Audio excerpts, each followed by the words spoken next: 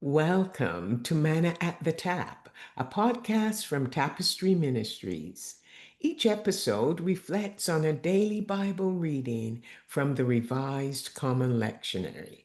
I'm Gloria, a fellow traveler on a spiritual journey with the Tapestry community, and we refer to the daily Bible reading as our spiritual manna.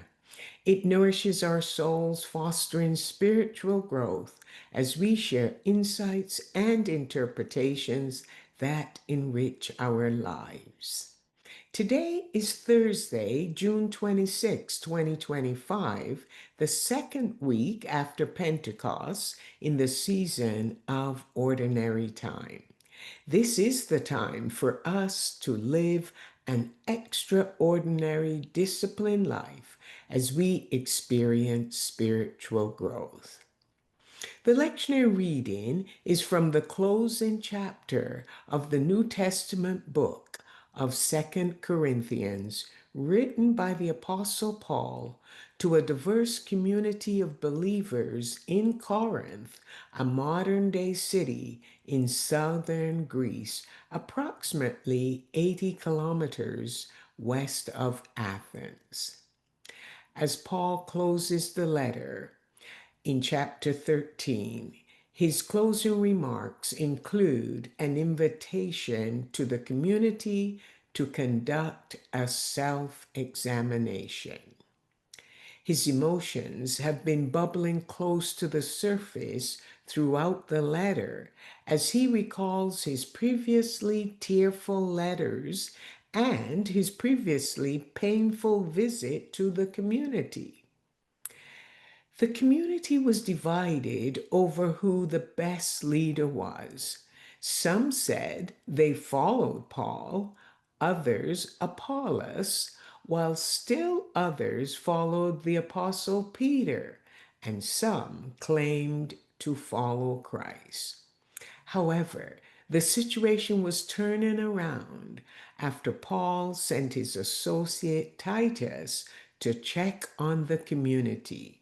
And he brought back a positive report that the community was beginning to unite under the banner of having the same mind and the same purpose.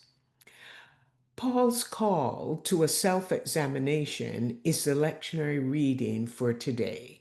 2 Corinthians chapter 13, verses 5 to 10. They were to take a personal inventory of their relationship with Christ, making sure they were solid in their faith.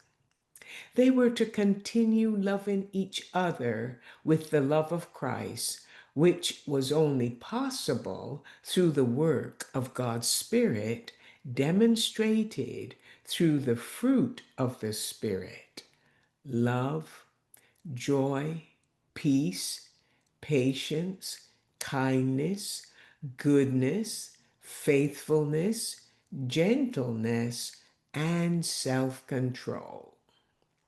This would help to mend the divisions within the community.